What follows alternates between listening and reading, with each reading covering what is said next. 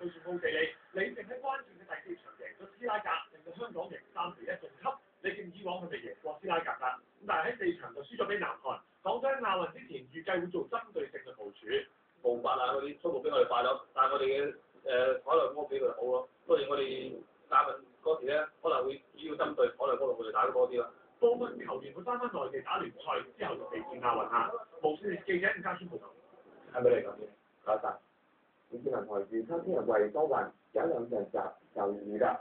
咁日頭部分時間天氣明朗，會吹和緩至清勁東北。最高氣溫25度，最低22度。